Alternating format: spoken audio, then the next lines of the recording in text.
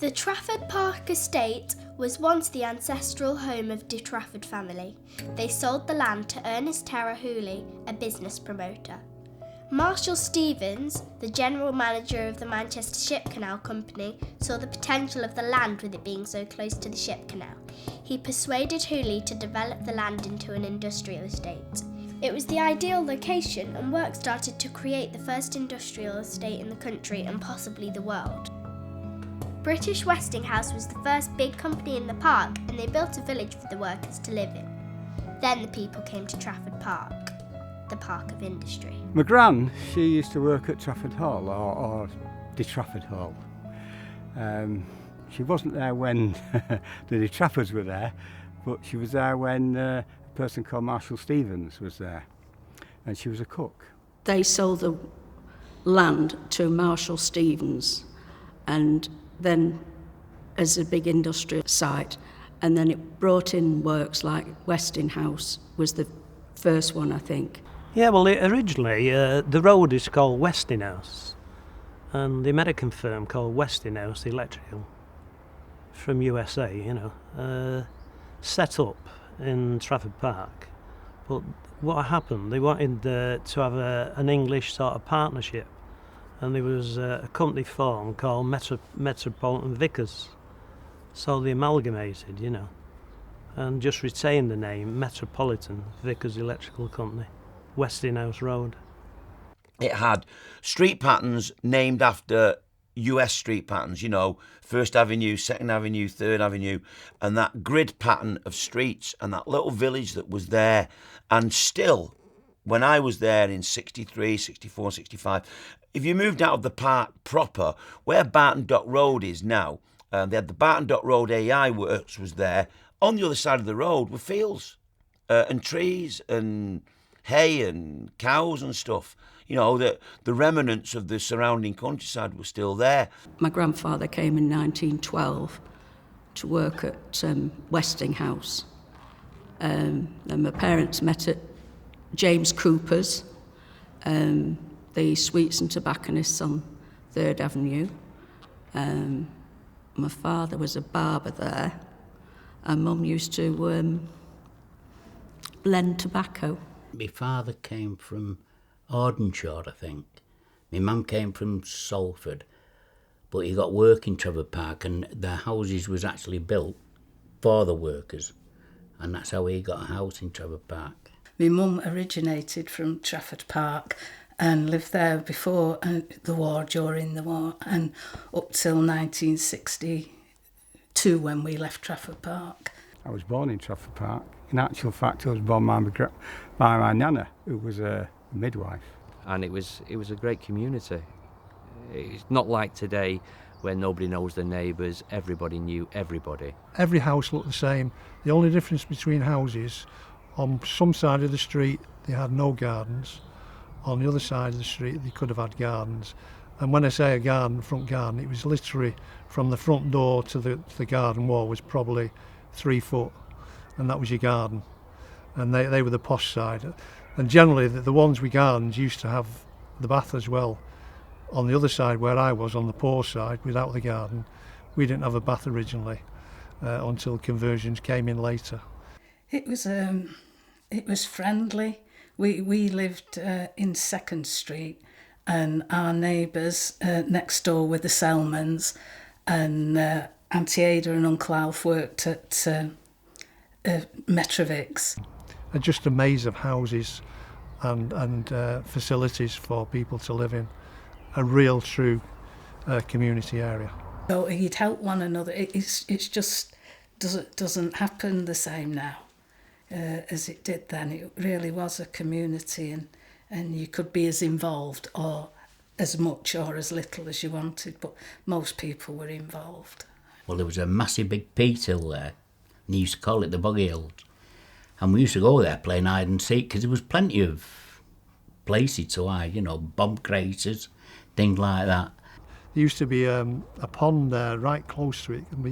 It was called the S Pond, and I assumed it was in the shape of an S, but I can't remember that. But we used to catch newts and stuff like that in there, so that was our play area. We used to do roller skating as well. We used to roller skate down Short Street. We thought we were stars doing twists and jumps down Short Street. You know, we had a picture house in Trafford Park. It was in a Methodist church. And you used to pay £6 to get in. And that included your seats, which was a plank with, you know, with 2 boxes holding it up. And a load of these. If you was posh, you got one of the pews, you know. And that included, and an ice cream. Matthew used to come round with his ice cream van. And we're all sat on these planks watching the Cisco Kid and, you know, the Lone Ranger, you know, Loddle and I. And the floor was absolutely bouncing. It was great times. Great. There was 2 schools. There was the C of E school and there was the Catholic school. St Anthony's Catholic School was where I went as a child, and it was attached to St Anthony's Church, so they're in the same grounds. You did not get a particular school, you were put in the pool, and then you were appointed to a particular school later on, so you didn't have any choice of school. And initially I thought, oh, Trafford Park, oh, how am I going to get there? Because I had to do a double bus journey to get there, which was a nuisance. But then when I got there, I just loved it. Mr. Organ was our headmaster, and he introduced us to classical music. He used to play Jesu's Joy of Man's Desire and other classical pieces that we used to walk into the morning assembly. One of the nicest things was Mr. Organ was very keen on getting the children out of the park to have other experiences, because it was quite a close community, and he organised on alternate years a trip to London and a trip to York. Another teacher, Glover I think his name was, and he was into sports, and he used to organise all of us into teams, and we won the Trafford Park swimming gala, because there was a lot of them. The Stretford one, we won a cup there, and a few others. And as I say, it was a really strong swimming club, because nobody wanted to swim against Trafford Park lads, you know. It gave me a lot of experience of all kinds of things. I ran the netball team, I was asked to play the piano, and that gave me a lot of confidence and was really the basis of the rest of my career. Shops, right. We'll start at Westinghouse Road, which had a big building on the corner, which was called the Residential.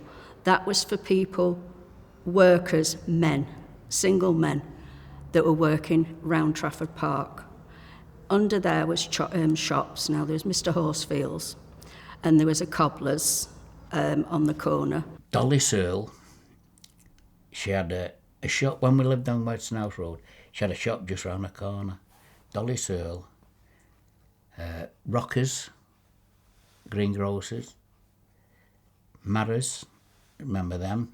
Remember Charlie Kingston, the barber, and his hand was like that. And he used to charge you £1 and give you £3 back, because you know you was like that when you got. Then we came onto the block, the corner of 2nd, and it was still on 3rd Avenue now. The first one was Len and Gwen. That was a fish and chip shop. Next was Ethel Marrow. She was Teddy Marrow's sister. That was the greengrocers. Then Mum's, which was a draper's. Next to that was Conway's, which was the cafe. Next to that was Southern's, which was another tobacconist. And then you got to the top end, past the school, and there used to be a plumber's merchants and a builders there. And on the other side, there used to be Charlie Hewitt's. Hewitt's grocers. And you went in, and you were a big fat fella he was, with a pristine smock on, you know, white smock. What do you want, young Willie? That's what they used to call me, young Willie. There was a big shop there called Cooper's, and they were big, and they had a barber's in there. Then there was Mrs. McKillop, and she wouldn't serve my wife with cigarettes. because she thought she was too young and she was 22. And she would, and I had to go back with her, you know, say, this is my wife, Mrs. McKillop. Then there was a baker's, that was Ridings, and then it was the Teddy and Hilda Marrow shop on the corner of 11th Street, and that was it with the shops. So we also had carnivals where we used to get, or we didn't hire them, they were sort of lent to us. All the lorries came, and we used to dress all the lorries up. We used to parade right through all the streets, right up, and stop at the park, and there'd be a big stage there, and all the crowd would be gathered round, and they used to bring the Rose Queen or the May Queen or whatever she was bloody called. She would come on, she would sit on the stage on a throne. And John Bull used to come running in, and used to dress him up, and dress him up as John Bull. I remember the coronation. All our street was, the edges of the streets, the curb was done in red, white and blue, and we had buntings that went from one house across to the one on the other side. My mum, they were collecting money, you know, because we had a big party in Short Street, and they laid the tables out, and there was homemade cake, sandwiches, all sorts, and Dolly Searle, she donated groceries and things. Matty Husey, who was the local ice cream man who used to come round with his van up and down the entries, he came at the night time for the children to all have ice cream. And Mr. and Mrs. Burns brought their radiogram out, a wooden radiogram, and they played the music. And we had music in the evening for the parents, and everybody danced. It was a really fabulous night that everybody remembered. It was a very special occasion, that. I remember the day that Yuri Gagarin, the first cosmonaut in space, came to Trafford Park. I remember it was a sunny day. I was only a young boy at the time. It must have been 1961, 62 maybe. And they brought all the children out of school and they lined 3rd Avenue, and he came along in a cat waving to everyone, and grown-ups were out there as well, and that was a really special occasion, a first for Trafford Park, and for all of us to see somebody, you know, so special. People travelled from everywhere to work in Trafford Park. At one time, 75,000 people worked there, and it was the first place of work for many young people. Many companies in Trafford Park needed skilled workers, so in-house apprenticeships were set up to train them. Trafford Park was now famous. It was the beating heart of British industry and had become the largest industrial estate in Europe. First thing in the morning is really, really chaotic. If you can imagine thousands of people going to a football match, it's like that. It was just so busy. It was like ants. There was over 100, nearly 200 buses going in at the same time, and the amount of people, it was like a river. Loads and loads of people coming on various buses, getting off at different stops, and they'd all be rushing in to get into work. The hooter went at 5 o'clock. And I used to cycle out, but there was 22,000 people there, you see, in total. So there was North and South Gate, and if I wasn't going training, I'd go out the North Gate, but I'd just put my feet up like this, and the crowd would push me through, and I'd be guiding the handlebars with my feet.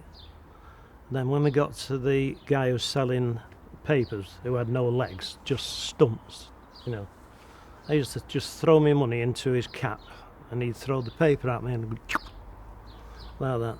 I'd put it down my shirt. When they was coming from work, if you was on the night one, say 6 o'clock, 7 o'clock, you got the smell of the people, of the oil of them. And the ladies was coming in, and some of them, they'd smell of soap, because you had soap works there, and some of them you're smelling of oil. And you got different varieties of different jobs all getting on the bus together, and it was just amazing how busy and how full them buses was. Somebody came to school from the industries and were telling people these jobs are going and this, that and the other.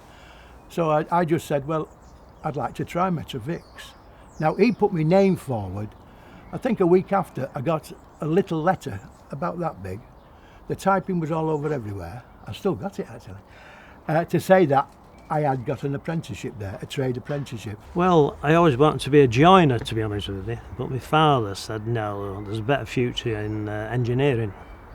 So you go into Metrovix, the best school and training establishment in the world, you know, which was down the road in Trafford Park.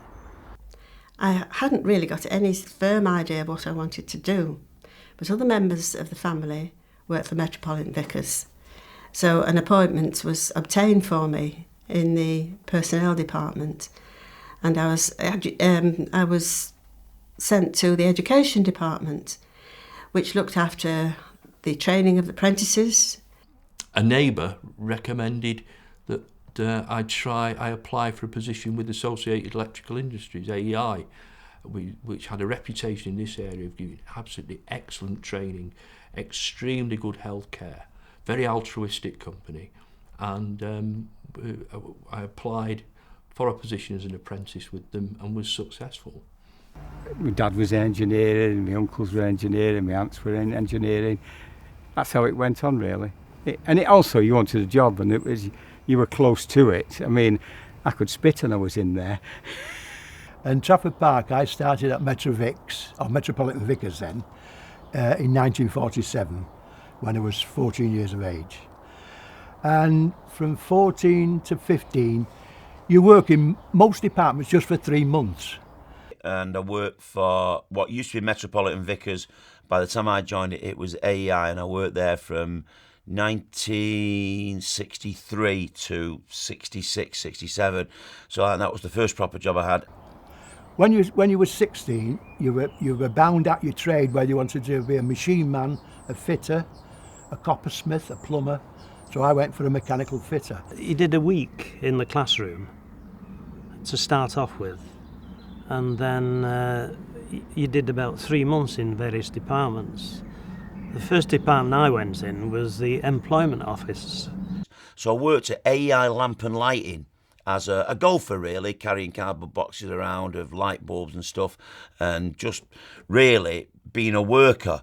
And I did that from the January of 1963 through to the start of the school year at the Engineering Apprenticeship College. The Beatles came along in 1963. I heard Please Please Me, and then the last thing I wanted to be was an apprentice of anything. I wanted to be in the Beatles. The apprentices were looked after by instructors in the education department, which is where I worked, and they were monitored all the time. Whenever the apprentices went to different departments, a report was done on their work they'd done whilst they were in there, and it was recorded on their records. So the instructors kept a watching brief on how they were progressing. And I staggered through that apprenticeship at AEI. Fair dues to them. They tried their best. I was in a section, I think, of about 10, 15 apprentices. Some were 19, some were 15. But they started off with you couldn't add, you couldn't subtract, you couldn't do basic sums. And they brought everyone, that lowest standard, they started there and took you, everybody, didn't matter how old you were, whether you had a degree or whatever, they took you through that educational process. Again, starting with the raw materials. So they looked after the academic side of engineering as well as the practical side of engineering. When you were 18, you should know your job. And even though you wasn't a man, you was classed as a man. So where it was two men to do a job, there'd be a man and you were classed as a man then. You know, and then of course when you're 21, you're out of your time and you're on full money, which was very nice. They were concerned about your health and your welfare.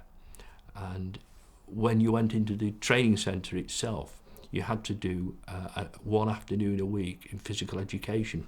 And they had their own gym, which was the commander of the gym was an ex-army physical training instructor, and it absolutely put you through hoops. You even had to do somersaults on a trampoline, which they had you strapped in, which at school you never did anything like that.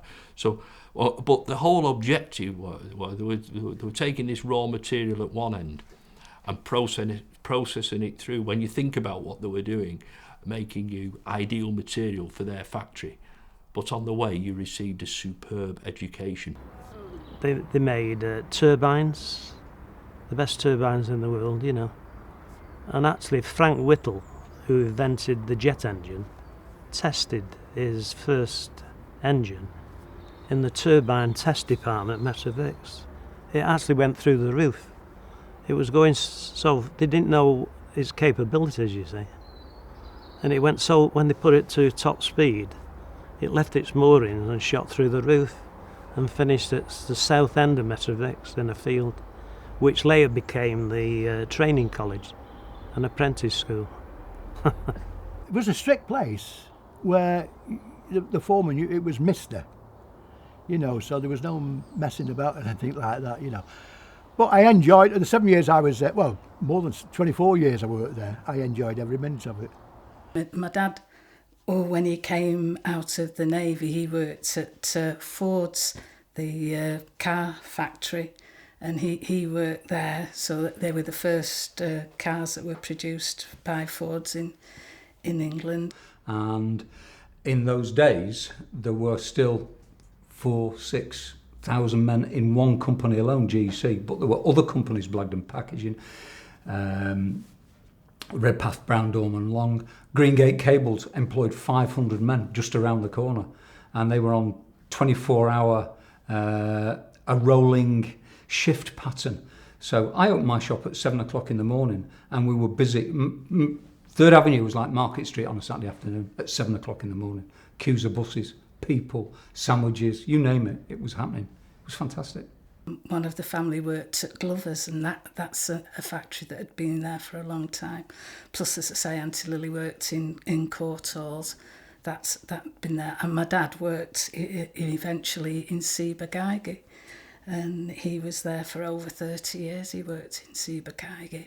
The big tower cranes that were used to build Canary Wharf were brought here and refurbished and tested before it went off to, I think, Hong Kong to build what was going to be then the tallest building in the world.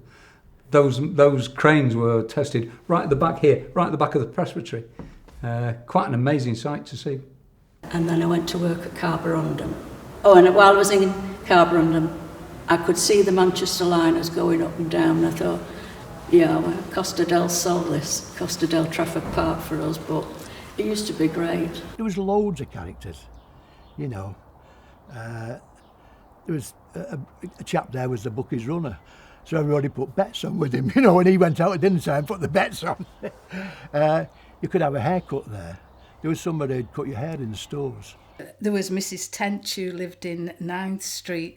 She was a big lady, but she, at the dances for the pageant, because she used to help organise that, she was so light on her feet dancing, and she used to organise trips to Blackpool for the illuminations. There was a young lad called Alan Whittle.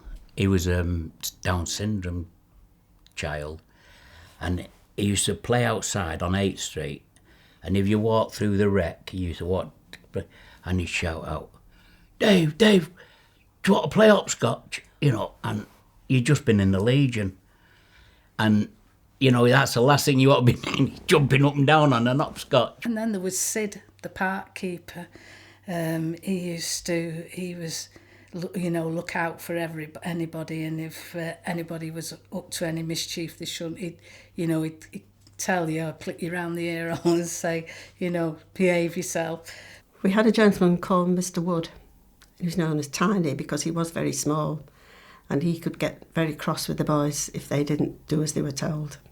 There was Danny, who used to do the papers, who was in a wheelchair. He lived in 5th Street, and he used to be out there in all weathers selling the papers to the workers as they came out.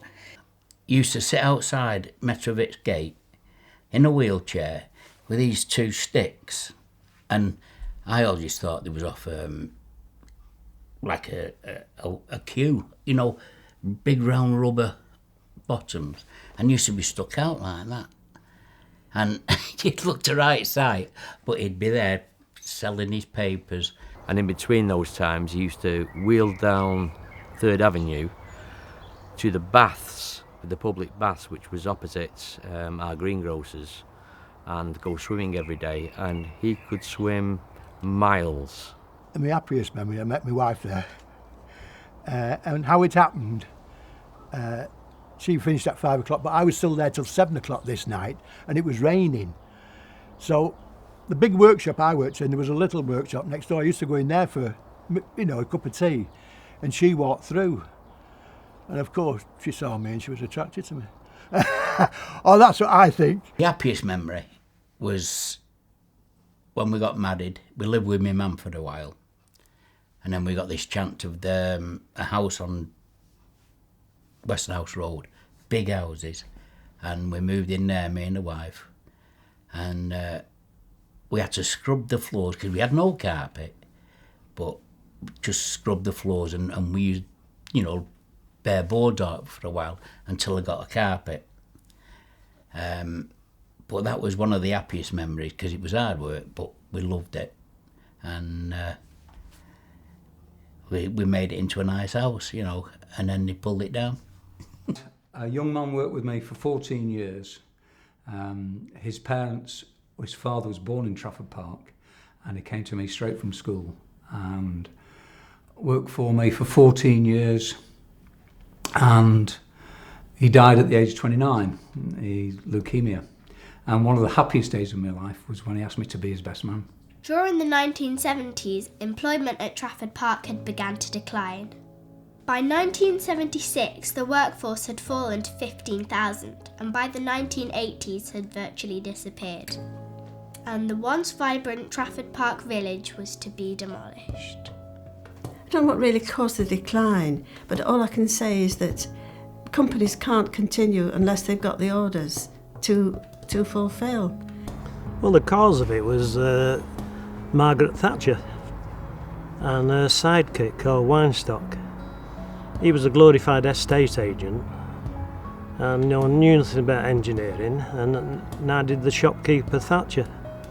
And Lord Weinstock was a devil for his money, and I think it was getting near to the time of his retirement time. So this country has very little left now of some of the most amazing skills the world's ever seen. We made ships, we made turbines, we made some of the most amazing machinery in the world here in Trafford Park, where we are now, and we exported that, and we had thousands and thousands of highly motivated, highly skilled, mostly working men, but that would have changed. It would have kept it. Would have had working women with self-respect and with a belief in what they were doing. I was walking down one of the aisles one day, and as I told you, there were long aisles, these, and I stopped, and there was something that I couldn't quite think what it was, but there's something different. And I carried on walking and stopped. I carried on, and then it suddenly came to me, and I realised what it was. I could hear my own footsteps in the factory. Now, this aisle where I was the aisle where they used to do all the fabricating and what have you, and you couldn't hear yourself think, never mind hear your footsteps. But here I was, and this was it. And it was, every morning when you went in, it was a sad occasion, really. We let our manufacturing base go. And when I saw Trafford Park, you're right, and you'd go in Trafford Park and there'd be closed works that were closed up, weeds growing from in, and I'm being very symbolic here, growing from in the railway lines, you know, and a trickle of workers in and out of the park. I mean, it's starting to rejuvenate a little bit. I found that really sad. Where GEC was, it's just blocks of offices and things now, and it's just disappeared. And the engineering industry is just not there. So much expertise had gone into building the company and the facilities. It just seems such a tragic affair. But if there aren't the orders, well, you can't continue manufacturing when the orders aren't there. Looking at Trafford Park now, for me it's sad, because I remember what it was like. It was bustle and plenty of people there. There's nothing there now. in the north of England there's no heavy engineering. I mean, I still have a lot of affection for Trafford Park. I wish I was back there. And I don't think the worst memory was leaving it. When we moved out and went to Old Trafford, I went back a few days later and gone, finished. I felt really, really sad that they were demolishing such a fantastic place. When they actually said we're pulling the houses down, and that was just hard to live with. I wasn't living there then, because that was in the 70s, but those people were dispersed, not all together. Some were put over into Old Trafford and some were somewhere else. So they actually broke the community up. But not only that, what they did then is they actually pulled the houses down, and that ground lay barren then for several years and did nothing with it. What was the point in that? It was just an end of a world for me, you know. But when I seen my mum's house, and I looked up and I wonder where the sign went, 10th Street. My brother's got it, the rat. In 1987, the Trafford Park Development Corporation was set up to promote the area.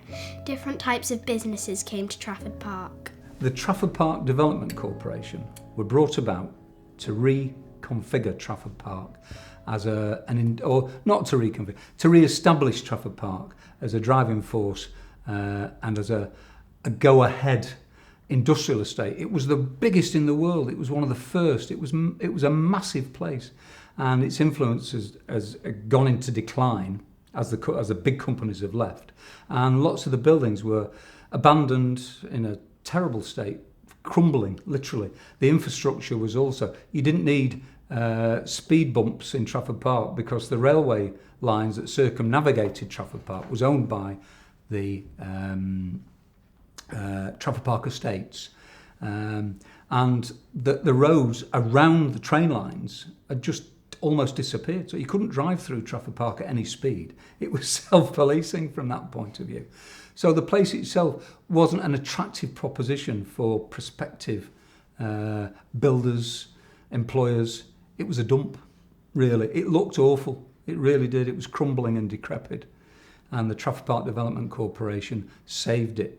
From a business point of view, there are lots of benefits. If you look at it on a financial level, you've got rent and rates, and they are far more attractive in Trafford Park than they are in the city centre. It's much more cost effective for a business to be based here, especially a growing business like the E Word. Transport-wise as well, we're close to the motorway, we've got the Metrolink nearby, and the city centre is just a 5-10 minute drive away. So we can always get to clients, and clients can always get to us. How has employment changed for young people in the park today? Are there the same opportunities, apprenticeships and training? I'm afraid there's no comparison whatsoever. People leaving school now, you can't get a job unless you've got experience. You can't get experience if you've got a job. You come out of university with a degree and it doesn't mean anything because there's no jobs in those degrees.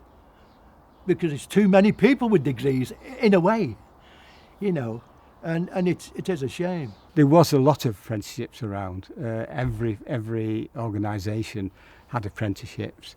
It was only when the decline came and a lot of the industry went that it was hard to find apprenticeships, and for years they'd stopped doing it.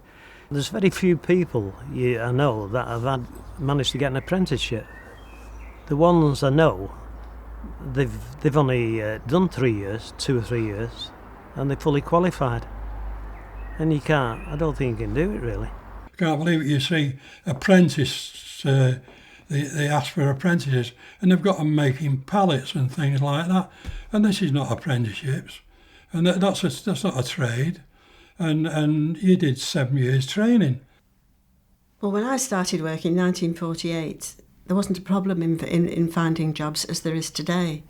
And I feel very sorry for the youngsters of today who are desperately looking for work and can't find it through no fault of their own.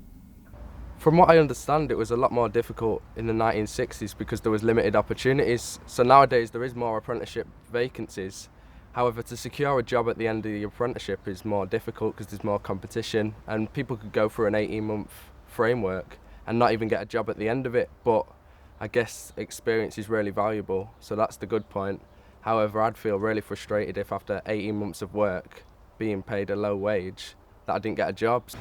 The types of jobs that are offered as part of apprenticeships nowadays is naturally different. I think even when I was younger and like leaving school type age, if you said apprenticeship, you'd be thinking of things like plumbing or being a mechanic, you know, those types of jobs.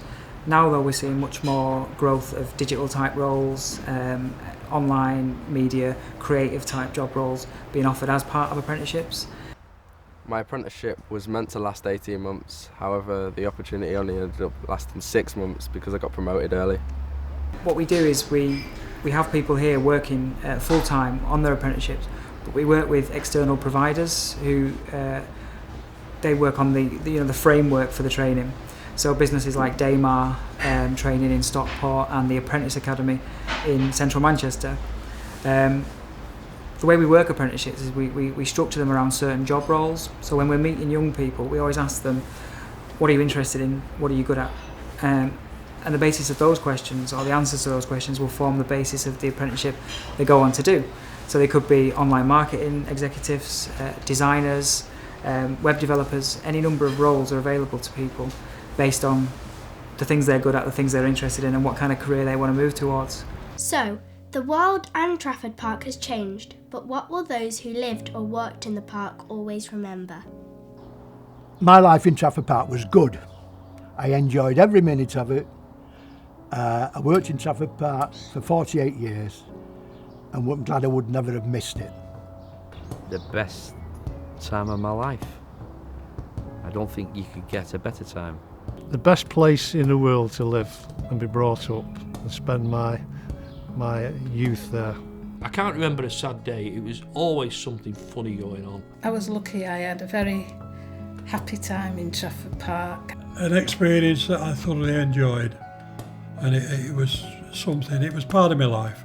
It was just excitement. There's always something new. I just live and breathe Trafford Park, I still do. It really was a family. I would say it was the happiest times of my life, and never ever come again.